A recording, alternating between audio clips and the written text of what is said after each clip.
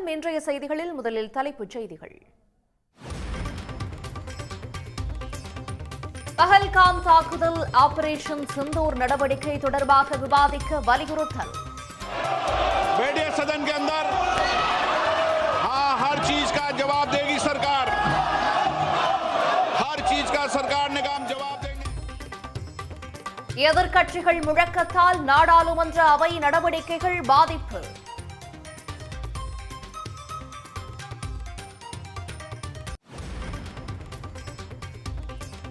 நாடாளுமன்றத்தில் எதிர்க்கட்சியினர் பேச அனுமதி மறுப்பு என ராகுல் காந்தி குற்றச்சாட்டு. எதிர்க்கட்சி தலைவரான தன்னை கூட பேச அனுமதிக்கவில்லை என்றும் காட்டம்.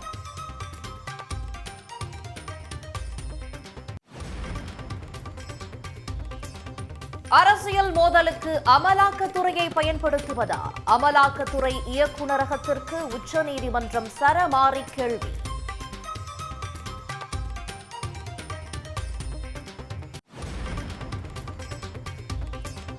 அதிமுகவில் இருந்து விலகி திமுகவில் இணைந்தார் முன்னாள் எம்பி அன்வர் ராஜா. கூட்டணி சேர்ந்து கட்சிகளை அழிப்பதே பாஜகவின் செயல் திட்டம் என்றும் விமர்சனம். அது தன்னுடைய கொள்கையிலிருந்து தடம் புரண்டு இப்போது பிஜேபியின் கையில் சிக்கியிருக்கிறது. இந்த கூட்டணியை பற்றி நாங்கள் ஏற்கனவே சொல்லியிருக்கிறோம். இது அதிமுகவில் சேர்ந்தால் அதிமுகவை சீரழிப்பதற்குத்தான் பிஜேபி அதிமுகவோடு சேர்கிறது. அதிமுக உட்கட்சி விவகாரம் தொடர்பாக விசாரிக்க காலக்கெடு கோரியிருந்த எடப்பாடி பழனிசாமியின் மனு நிராகரிப்பு. அனைத்து மனுக்கள் விரைவாக விசாரித்து முடிக்கப்படும் என உயர்நீதிமன்றத்தில் தேர்தல் ஆணையம் பதில்.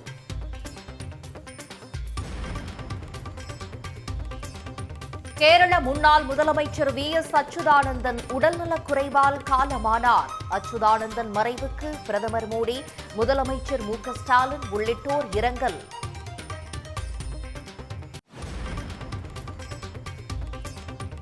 சென்னை உயர்நீதிமன்ற தலைமை நீதிபதியாக MM ஸ்ரீவஸ்தவா பதவியேற்பு. தலைமை நீதிபதிக்கு ஆளுநர் பதவி பிரமாணம் செய்து வைத்தார்.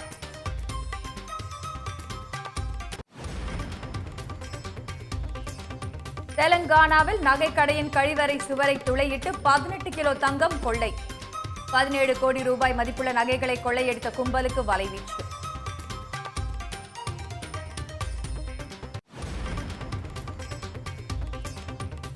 சட்டவிரோத சூதாட்ட செயலி விளம்பரத்தில் நடித்த விவகாரம். நடிகர்கள் விஜய் தேவரகொண்டா, ராணா, பிரகாஷ் ராஜ், நடிகை லட்சுமி மஞ்சுக்கு அமலாக்கத்துறை சமன். கிரிப்டோ கரன்சியில் 1 லட்சம் ரூபாய் முதலீடு செய்தால் 2 லட்சமாக திருப்பித் தருவதாக கூறி மோசடி. முதலீட்டாளர்கள் போல சென்று சேலத்தில் 7 பேரை கைது செய்த போலீசார். கொடைக்கானல் குணா குகை பகுதியில் நாளுக்கு நாள் அதிகரிக்கும் குரங்குகள் தொல்லை. பைகளை பிடுங்கிக் கொண்டு செல்வதால் திகைக்கும் சுற்றுலா பயணிகள். ஒரு குரங்கு பார்த்தீங்கன்னா ஒரு 2 பேர் ஃபேமிலி வந்திருந்தாங்க. அவங்களோட பர்ஸ் அப்படியே எடுத்துகிட்டு போயிடுச்சு, ஒரு பேக் அப்படியே எடுத்துகிட்டு போயிடுச்சு. அதில் பார்த்தீங்கன்னா அவங்க சுற்றுலாத்துறைக்கு பணம் அதில் இருந்திருக்கு, காசு இருந்திருக்கு. அதை எடுத்துகிட்டு அது போட்டு போயிடுச்சு, கிழிச்சு போட்டுச்சு குரங்கு கொஞ்சம் கொஞ்சமாக. அதை மதுரை கோரிப்பாளையத்தில் உள்ள மீனாட்சி அரசு கலைக்கல்லூரி வளாகத்தில் தெருநாய் புகுந்து கடித்ததில் 6 மாணவிகள் காயம். உள்ளே சுற்றித் திரிந்த நாய்களை பிடித்த மாநகராட்சி ஊழியர்கள்.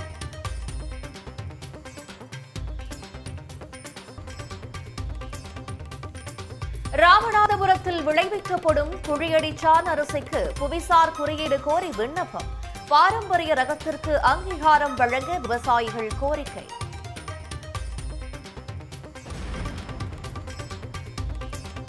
வாகன பிரியர்களால் மிகவும் எதிர்பார்க்கப்பட்ட MG M9 கார் விற்பனைக்கு வந்தது. பல்வேறு வசதிகளை கொண்ட காரின் ஆரம்ப விலை 70 லட்சம் ரூபாயாக நிர்ணயம். பஹல்காம் தாக்குதல் ஆபரேஷன் சிந்தூர் நடவடிக்கை பற்றி விவாதிக்க வலியுறுத்தி எதிர்க்கட்சி எம்பிக்கள் முழக்கமிட்டதால் நாடாளுமன்ற மக்களவை இருமுறை ஒத்திவைக்க நேரிட்டது. மாநிலங்களவையும் இதே விவகாரத்தை எம்பிக்கள் எழுப்பியதால் பரபரப்பு நிலவியது. நாடாளுமன்ற மழைக்கால கூட்டத்தொடர் திட்டமிட்டபடி காலை தொடங்கியது. பிரதமர் மோடி, உள்துறை அமைச்சர் அமித் ஷா மற்றும் ராகுல் காந்தி உள்ளிட்ட எதிர்க்கட்சித் தலைவர்கள், எம்பிக்கள் கலந்து கொண்டனர். மக்களவையின் முதல் நாள் நிகழ்வில் அகமதாபாத் விமான விபத்தில் உயிரிழந்தவர்களுக்கும் குமரி அனந்தன், கிஷன் கபூர், பகத் ராம் உள்ளிட்ட மறைந்த முன்னாள் உறுப்பினர்களுக்கும் இரங்கல் தெரிவிக்கப்பட்டது. இதையடுத்து அவை நடவடிக்கைகள் தொடங்கியபோது பஹல்காம் தீவிரவாத தாக்குதல், ஆபரேஷன் சிந்தூர் நடவடிக்கை குறித்து விவாதிக்குமாறு எதிர்க்கட்சிகள் கோரின. ஆனால் எதிர்க்கட்சிகளின் அறிவிக்கையை ஏற்க மக்களவைத் தலைவர் ஓம் பிர்லா மறுத்துவிட்டார். இதையடுத்து ஆபரேஷன் சிந்தூர், சண்டை நிறுத்தம் பற்றிய அமெரிக்க அதிபர் டிரம்பின் கருத்து ஆகியவை குறித்து பிரதமர் மோடி அவைக்கு விளக்கமளிக்க கோரி எதிர்க்கட்சி எம்பிக்கள் முழக்கமிட்டனர்.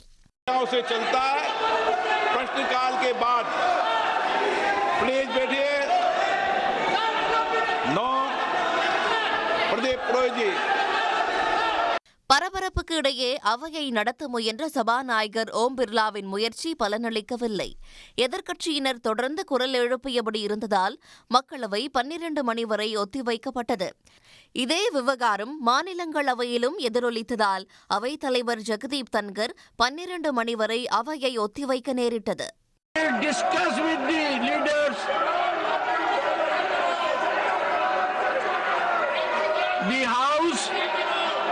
is adjourned to meet at 12 noon. மக்களவை மீண்டும் கூடியபோது அமைச்சர்கள் ராஜ்நாத் சிங், கிரண் ரிஜிஜு ஆகியோர் எந்த விவகாரம் குறித்து விவாதிக்கவும் ஒன்றிய அரசு தயாராக இருப்பதாக கூறினர். இருப்பினும் எதிர்க்கட்சி எம்பிக்களின் முழக்கம் தொடர்ந்தது. குழப்பத்துக்கு நடுவே அவை நடவடிக்கைகளை மேற்கொள்ள முடியாததால் மாலை 4 மணி வரை அடுத்தடுத்து ஒத்திவைக்கப்பட்ட மக்களவை பின்னர் நாள் முழுவதும் ஒத்திவைக்கப்பட்டது. மாநிலங்களவையிலும் இதே பிரச்சினையை எழுப்பிய எதிர்க்கட்சித் தலைவர் மல்லிகார்ஜுன் கார்கே பஹல்காம் தாக்குதல், ஆபரேஷன் சிந்தூர் விவகாரத்தில் அனைத்து எதிர்க்கட்சிகளும் அரசுக்கு முழு ஒத்துழைப்பு அளிப்பதாக கூறினார். அதே சமயம் இந்தியா பாகிஸ்தான் இடையேயான சண்டையை தாம்தான் நிறுத்தியதாக 24 முறை அமெரிக்க அதிபர் டிரம்ப் தெரிவித்துள்ளதாக குறிப்பிட்ட அவர் இதுகுறித்து பிரதமர் மோடி விளக்கமளிக்க வேண்டும் என்று வலியுறுத்தினார். இதைத் தொடர்ந்து ஏற்பட்ட அமளியால் மாநிலங்களவை முதலில் 12 மணி வரையும் பின்னர் 2 மணி வரையிலும் ஒத்திவைக்கப்பட்டது. The House stands adjourned to meet at 2 p.m. நாடாளுமன்ற மழைக்கால கூட்டத்தொடரில் இம்முறை அவைகளின் நிகழ்ச்சி நிரல் முதன்முறையாக தமிழிலும் வெளியிடப்பட்டிருந்தது குறிப்பிடத்தக்கது. நாடாளுமன்றத்தில் எதிர்க்கட்சி உறுப்பினர்களை பேச அனுமதிக்காமல் ஒன்றிய அரசு புதிய உத்தியை கையாள்வதாக மக்களவை எதிர்க்கட்சித் தலைவர் ராகுல் காந்தி குற்றம் சாட்டியுள்ளார். நாடாளுமன்ற மக்களவை இன்று காலை முதன்முறை ஒத்திவைக்கப்பட்டு 12 மணிக்கு மீண்டும் கூடியபோது எதிர்க்கட்சித் தலைவர் ராகுல் காந்தி பேசுவதற்காக எழுந்து நின்றார். ஆனால் அவையை அப்போது வழிநடத்திய பாஜக மூத்த எம்பி ஜெகதாம்பிகா பால் அவரை பேசுவதற்கு அனுமதிக்கவில்லை. இதையடுத்து மக்களவையில் அமளி ஏற்பட்டதால் பிற்பகல் வரை தள்ளி வைக்கப்பட்டது. இந்நிலையில் நாடாளுமன்ற வளாகத்தில் செய்தியாளர்களிடம் பேசிய ராகுல் அவையில் பாஜக அமைச்சர்கள், எம்பிக்கள் மட்டுமே பேச அனுமதி அளிக்கப்படுவதாக குற்றம் சாட்டினார்.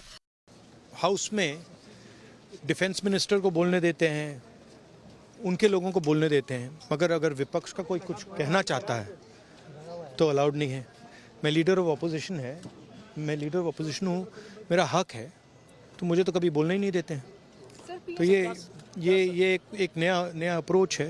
मगर इशू ये है कि कन्वेंशन कहता है कि अगर सरकार के लोग कुछ बोलें तो हमें भी स्पेस मिलनी चाहिए. हम 2 शब्द कहना चाहते थे, मगर विपक्ष को ये अलाउड नहीं है. அரசு தரப்பினருக்கு பேச அனுமதி தரப்பட்டால் எதிர்க்கட்சியினர் பேசுவதற்கும் அனுமதி வழங்க வேண்டும் என்பதுதான் விதி என அவையில் எடுத்துக் கூறியும் தங்கள் கருத்துக்களை கூற அவைத்தலைவர் அனுமதிக்கவில்லை என்று ராகுல் காந்தி கூறினார். முதலமைச்சர் மு.க. ஸ்டாலின் முன்னிலையில் திமுகவில் இணைந்துள்ள முன்னாள் அமைச்சர் அன்வர் ராஜா பாஜகவின் பிடியில் அதிமுக சிக்கிக் கொண்டிருப்பதாக விமர்சித்துள்ளார். முன்னாள் அமைச்சரும் அதிமுக அமைப்பு செயலாளருமாக இருந்தவருமான அன்வர் ராஜா தொடக்கம் முதலே பாஜகவை கடுமையாக விமர்சித்து வந்தவர். அதிமுக பாஜக கூட்டணி அமைந்த பிறகும் தமிழ்நாட்டில் பாஜகவால் காலூன்ற முடியாது என்று அதிரடியாக பேசி வந்த அன்வர் ராஜா அதிமுகவில் இருந்து வெளியேறி திமுகவில் இணைந்துள்ளார். சென்னை அண்ணா அறிவாலயத்தில் முதலமைச்சர் மு.க. ஸ்டாலினை சந்தித்த அன்வர் ராஜா முறைப்படி திமுக உறுப்பினராக சேர்ந்தார்.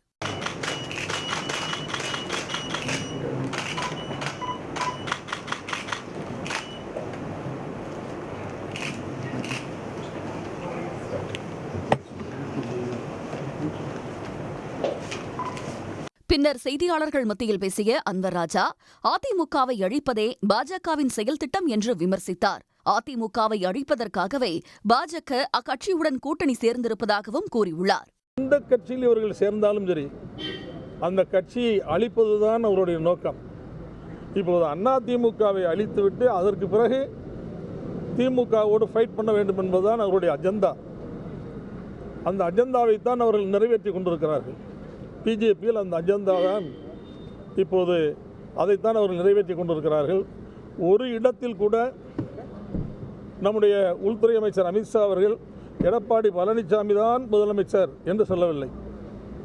என்டிஏ கூட்டணி ஆட்சி நடக்கும், என்டிஏ கூட்டணி ஆட்சியை பிடிக்கும், அந்த கூட்டணியில் பிஜேபியும் இடம்பெறும் என்றுதான் அவர் சொல்லிக் கொண்டிருக்கிறார். 2026 அதிமுக வெற்றி பெற்றாலும் பாஜக ஆட்சி அமைந்துவிடும் என அன்வர் ராஜா எச்சரித்துள்ளார். தன்னை முதலமைச்சர் வேட்பாளராக உறுதிப்படுத்தக்கூட எடப்பாடி பழனிசாமியால் முடியவில்லை என்று விமர்சித்துள்ளார். 3 முறை அவர் பேட்டி தந்திருக்கிறார்.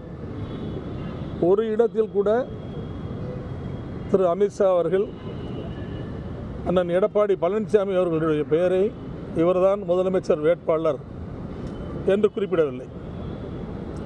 ஒன்றை நீங்கள் பார்க்க வேண்டும், ஒரு 10 நாள் அவர் 10-12 நாட்கள் திரு எடப்பாடி பழனிசாமி அவர்கள் தன்னுடைய டூர் புரோகிராமை செய்து கொண்டே வருகிறார். இந்த 10 நாளும் அவர் என்ன முயற்சிக்கிறார், தமிழ்நாட்டு மக்களுக்கு என்ன சொல்ல வருகிறார் என்றால், நான் தான் அதிமுகவின் வேட்பாளர் என்பதை உறுதிப்படுத்தவே அவரால் முடியவில்லை. தமிழ்நாட்டில் முதலமைச்சர் மு க ஸ்டாலினுக்கு இணையான அரசியல் தலைவர் யாருமில்லை எனவும் மக்கள் முதலமைச்சர் மீது நம்பிக்கை வைத்திருப்பதாகவும் அன்வர் ராஜா தெரிவித்தார்.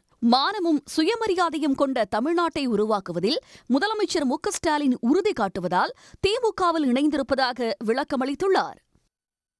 அரசியல் போட்டிக்காக அமலாக்கத்துறை ஏன் பயன்படுத்தப்படுகிறது என உச்சநீதிமன்றம் கேள்வி எழுப்பியுள்ளது. கர்நாடக முதலமைச்சர் சித்தராமையாவின் மனைவி பார்வதியிடம் இருந்து கைப்பற்றப்பட்ட 3 ஏக்கர் நிலத்திற்கு பதிலாக அதைவிட 3 மடங்கு விலை மதிப்புள்ள 14 மனைகளை மைசூர் நகர்ப்புற மேம்பாட்டு ஆணையம் சட்டத்திற்கு புறம்பாக ஒதுக்கியதாக புகார் எழுந்தது. இது தொடர்பாக பார்வதி அம்மாநில அமைச்சர் பைரதி சுரேஷுக்கு எதிராக அமலாக்கத்துறை அனுப்பிய சம்மனை கர்நாடக உயர்நீதிமன்ற நீதிபதி நாக பிரசன்னா கடந்த மார்ச் மாதம் 7ஆம் தேதி ரத்து செய்து உத்தரவிட்டார். இதனை எதிர்த்து அமலாக்கத்துறை தாக்கல் செய்த மேல்முறையீட்டு மனு உச்சநீதிமன்ற தலைமை நீதிபதி PR கவாய், நீதிபதி வினோத் சந்திரன் ஆகியோர் முன்பு இன்று விசாரணைக்கு வந்தது. அமலாக்கத்துறை சார்பில் கூடுதல் சொலிசிட்டர் ஜெனரல் SV ராஜு வாதிட முற்பட்டார். அப்போது குறுக்கிட்ட தலைமை நீதிபதி, மகாராஷ்டிராவில் பணியாற்றும் போது தமக்கு சில அனுபவங்கள் உள்ளதாகவும் தயவு செய்து தங்களை ஏதாவது சொல்ல கட்டாயப்படுத்தி விடாதீர்கள் என்றும் கூறினார். தங்கள் வாயை கிளறிவிட்டால் அமலாக்கத்துறைக்கு எதிராக கடுமையான கருத்துக்களை தெரிவிக்க வேண்டியிருக்கும் என்றும் அவர் எச்சரித்தார். அரசியல் போட்டி மக்கள் மன்றத்தில் மட்டும் இருக்கட்டும் என்றும் அரசியல் நலனுக்காக அமலாக்கத்துறையை ஏன் பயன்படுத்த வேண்டும் என அமலாக்கத்துறை இயக்குநரகத்திற்கு அவர் கேள்வி எழுப்பினார். அப்போது குறுக்கிட்ட ராஜு மனுவை திரும்பப் பெறுவதாகவும் ஆனால் மற்ற வழக்குகளுக்கு இதனை முன்மாதிரியாக எடுத்துக்கொள்ளக்கூடாது என்றும் கேட்டுக்கொண்டார். பின்னர் உத்தரவு பிறப்பித்த நீதிபதிகள் சம்மனை ரத்து செய்து கர்நாடக உயர்நீதிமன்றம் பிறப்பித்த உத்தரவில் எந்த தவறும் இல்லை என்று தெரிவித்தனர். உண்மைத்தன்மை, சூழ்நிலைகள் ஆகியவற்றை கருத்தில் கொண்டு மனுவை தள்ளுபடி செய்வதாக கூறிய நீதிபதிகள் கடுமையான கருத்துக்களை தெரிவிப்பதில் இருந்து தங்களை காப்பாற்றிய கூடுதல் சொலிசிட்டர் ஜெனரலுக்கு நன்றி தெரிவிப்பதாகவும் கூறினர். கொடைக்கானல் குணா குகையில் குரங்குகள் தொல்லை நாளுக்கு நாள் அதிகரித்து செல்வதால் சுற்றுலா பயணிகள் பாதிக்கப்பட்டுள்ளனர். குரங்குகளை கட்டுப்படுத்த வனத்துறை உரிய நடவடிக்கை எடுக்க வேண்டும் என்று அவர்கள் கோரியுள்ளனர். கொடைக்கானலில் உள்ள பல்வேறு சுற்றுலா தலங்களை விட அதிக சுற்றுலா பயணிகளை ஈர்க்கும் இடமாக குணா குகை அமைந்திருக்கிறது. பல லட்சம் சுற்றுலா பயணிகள் குணா குகைக்கு வந்தாலும் வனத்துறை கட்டுப்பாட்டில் இருக்கக்கூடிய குணா குகைக்கு வரக்கூடிய சுற்றுலா பயணிகளின் பாதுகாப்பு கேள்விக்குறியாகவே இருக்கிறது. இங்கு வரும் சுற்றுலா பயணிகளை குரங்குகள் தொடர்ந்து தொந்தரவு செய்து வருகின்றன. 100க்கும் மேற்பட்ட குரங்குகள் குணா குகை முழுக்க இருப்பதால் சுற்றுலா பயணிகள் ஆபத்துடன் வந்து செல்கின்றனர். சுற்றுலா பயணிகளுக்கு சிராய்ப்பு, காயங்களை ஏற்படுத்துவதோடு அவர்களது உடைமைகளை குரங்குகள் பறித்துச் செல்வது தினசரி காட்சியாகிவிட்டது.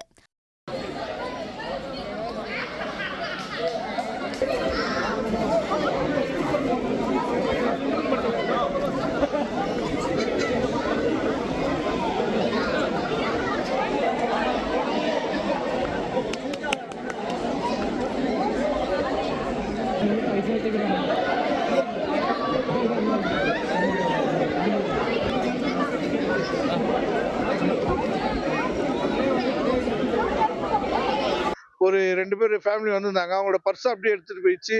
ஒரு பேக் அப்படியே எடுத்துட்டு போயிடுச்சு. அதில் பார்த்தீங்கன்னா அவங்க சுற்றுலாத்துறைக்கு வந்து பணம் அதில் இருந்திருக்கு, காசு இருந்திருக்கு. அதை எடுத்துட்டு அதை போட்டு போயிடுச்சு, கிழிச்சு போட்டுச்சு குரங்கு கொஞ்சம் கொஞ்சமாக அதை. ஸோ இது போன்ற பாதிப்பு அவங்க ஏற்படுத்த இப்போ அவங்க என்ஜாய் பண்ணு தான் வந்திருப்பாங்க கொடைக்கானலுக்கு. இப்போ பணம் ஃபுல்லாக போயிடுச்சு. இப்போ இதுக்கு என்ன நடவடிக்கை எடுக்க போறாங்கன்னு தெரியல. குரங்கு கிட்ட போய் நம்ம போயிட்டு திரும்பி கேட்க முடியாது. நான் குணாக்கு போய் வந்தேன், நல்லா இருக்கு பிளேஸ், நல்லா அருமையாக இருக்கும்போது இந்த டிஸ்டர்பன்ஸ், இந்த குரங்கு அது வந்து எல்லாம் வரப்போகிற எல்லா மக்களையும் ரொம்ப டிஸ்டர்ப் பண்ணும்போது ரொம்ப கஷ்டம். சின்ன பசங்களாம் இருக்காங்க, நானே கொஞ்சம் பயந்து தான் போனேன், நம்ம மேலே எதாவது வந்துருமான்னு. கொஞ்சம் அதை மட்டும் கவர்மெண்ட்டு கொஞ்சம் நடவடிக்கை எடுத்து அதை கொஞ்சம் வனத்துறையில் விட்டாங்கன்னா கொஞ்சம் நல்லாயிருக்கும். ஏன்னா வரப்போகிறவங்களுக்கு ஏன்னா ஒரு சாப்பாடு கொண்டு போக முடியல, ஒரு சோளம் சாப்பிட்டு போக முடியல, பயமாக இருக்குது. கொடுக்குறாங்க ஒரு மரத்தில் என்னோட கூட வந்து பேர் நிற்கிது, அது கூட வந்து செல்ஃபி எடுக்குது என் கூட சேர்ந்து. ஸோ ரொம்ப கொஞ்சம் டிஸ்டர்பன்ஸாக இருக்குது. அதுக்கு மட்டும் கவர்மெண்ட் ஏதாவது நடவடிக்கை எடுத்தால் கொஞ்சம் நல்லாயிருக்கும்.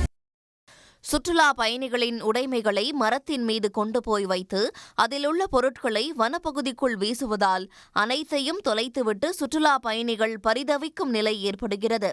சுற்றுலா பயணிகளின் பாதுகாப்பை உறுதிப்படுத்துவதோடு குரங்குகளின் தொல்லைக்கு முடிவு கட்ட வனத்துறை உரிய நடவடிக்கை எடுக்க வேண்டும் என்பதே சுற்றுலா பயணிகளின் கோரிக்கையாகும். சன் செய்திகளுக்காக செய்தியாளர் கார்த்திக். தமிழ்நாட்டை பூர்வீகமாக கொண்ட பாரம்பரிய நெல் ரகமான குழியடிச்சான் சிகப்பு அரிசிக்கு புவிசார் குறியீடு கோரி விண்ணப்பம் செய்யப்பட்டுள்ளது.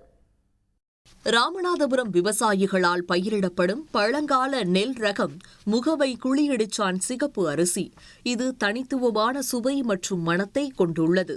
குறைந்த மழை அல்லது தண்ணீர் பற்றாக்குறை உள்ள பகுதிகளிலும் செழித்து வளரும் தன்மை உடைய இந்த புழுங்கல் அரிசியில் மெக்னீசியம், கால்சியம், இரும்புச்சத்து, நார்ச்சத்து, ஆன்டி ஆக்சிடென்ட்கள் மற்றும் தாதுக்கள் நிறைந்துள்ளன. இந்நிலையில் முகவை குழியடிச்சான் சிகப்பு அரிசிக்கு புவிசார் குறியீடு வழங்க கோரி தமிழ்நாடு அரசு புவியியல் குறியீடு பதிவேட்டு அமைப்பிடம் விண்ணப்பம் செய்துள்ளது. இதனை தமிழ்நாடு மாநில அறிவியல் மற்றும் தொழில்நுட்ப கவுன்சிலுடன் விவசாயிகள் உற்பத்தியாளர் நிறுவனம் இணைந்து தாக்கல் செய்துள்ளது. முகவை குழியடிச்சான் சிகப்பு அரிசியை பிரபலப்படுத்தவும் அதன் சந்தை மதிப்பை அதிகரிக்கவும் தனித்துவமான அடையாளத்தை பாதுகாக்கவும் இந்த நடவடிக்கை மேற்கொள்ளப்பட்டுள்ளதாக தெரிவிக்கப்பட்டுள்ளது. இந்த நெல்லை சாப்பிட்டா உடல் ஆரோக்கியமாக இருக்கும், நல்லாவும் இருக்கும், மருத்துவ குணம் உள்ள நெல் இந்த நெல். அதனால் இந்த ராமநாதபுரம் மாவட்டத்துக்கு இந்த நெல்லை மக்களுக்கு பயன்படுத்தி அந்த நெல்லை புதியதாக இதை மறுபடி ஆரம்பித்தால் மக்களுக்கு உடலுக்கு நல்லா இருக்கும். இது மருத்துவ நெல், மட்ட ரகம் உள்ளது நெல், சிகப்பு நெல். இந்த நெல் அந்த நெல்லை ஆலைகளோடு அரைக்காமல் இது பெண்கள் உரலை குத்தி இதை ஆக்கும்போது அதில் அந்த சிகப்பு நெல்லுங்க அதில் ஒட்டி இருக்கும்போது மக்களுக்கு இது மருத்துவ குணமுள்ள நெல். குழியடிச்சான் சிகப்பு அரிசியின் தனித்தன்மை, ஊட்டச்சத்தை கருத்தில் கொண்டு விரைந்து புவிசார் குறியீடு வழங்க நடவடிக்கை எடுக்க வேண்டும் என்பதே அந்த பகுதி மக்களின் எதிர்பார்ப்பாக உள்ளது. அதிமுக உட்கட்சி விவகாரம் தொடர்பான புகார்களை விசாரிக்க காலவரம்பு நிர்ணயிக்க வேண்டும் என்ற எடப்பாடி பழனிசாமியின் கோரிக்கையை தேர்தல் ஆணையம் நிராகரித்துள்ளது.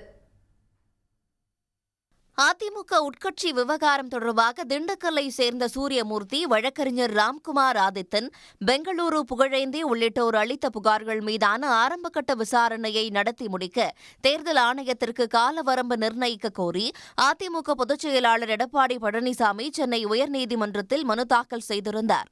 அந்த மனுவில் 2026ஆம் ஆண்டு சட்டமன்ற தேர்தலுக்கு தயாராக வேண்டியுள்ள சூழலில் கட்சி விரோத நடவடிக்கைகளில் ஈடுபடுவோர் இதனை தங்களுக்கு சாதகமாக பயன்படுத்த வாய்ப்புள்ளதால் ஆரம்பகட்ட விசாரணையை தேர்தல் ஆணையம் தாமதப்படுத்துவதை தவிர்க்க வேண்டும் என்று தெரிவிக்கப்பட்டிருந்தது. இந்த மனுவை விசாரித்த நீதிபதிகள் ஆர். சுப்பிரமணியன், கே. சுரேந்தர் அமர்வு அதிமுக உட்கட்சி விவகாரம் தொடர்பான புகார்கள் மீது எப்போது முடிவெடுக்கப்படும் என காலவரம்பை குறிப்பிட்டு எழுத்துப்பூர்வமான விளக்கத்தை தாக்கல் செய்ய தேர்தல் ஆணையத்திற்கு உத்தரவிட்டிருந்தது. தேர்தல் ஆணையம் தாக்கல் செய்த பதில் மனுவில் இயற்கை நீதியின் அடிப்படையில் மனுதாரர்களுக்கு போதுமான கால அவகாசம் வழங்கப்பட வேண்டும் என்று தெரிவிக்கப்பட்டுள்ளது. ஆரம்பகட்ட விசாரணை முடிக்கப்பட்ட பின்பு இந்த பிரச்சினை குறித்து உரிய முடிவெடுக்கப்படும் என்றும் கூறியிருக்கிறது. பீகார் தேர்தல் தொடர்பாக தேர்தல் ஆணையத்திற்கு வேலைபளு அதிகமாக இருப்பதால் அரசியல் சாசன அமைப்பான தேர்தல் ஆணையத்துக்கு விசாரணை தொடர்பாக கால வரம்பு நிர்ணயிக்க தேவையில்லை என்று தெரிவித்துள்ளது. உயர்நீதிமன்றம் பிறப்பித்த உத்தரவுப்படி விரைவாக விசாரித்து முடிக்கப்படும் என்றும் பதில் மனுவில் தெரிவிக்கப்பட்டுள்ளது. வழக்கு விசாரணை நாளைக்கு ஒத்திவைக்கப்பட்டிருக்கிறது. உடனுக்குடன் செய்திகளை தெரிந்து கொள்ள சன் நியூஸ் பெல் ஐகானை கிளிக் பண்ணுங்க.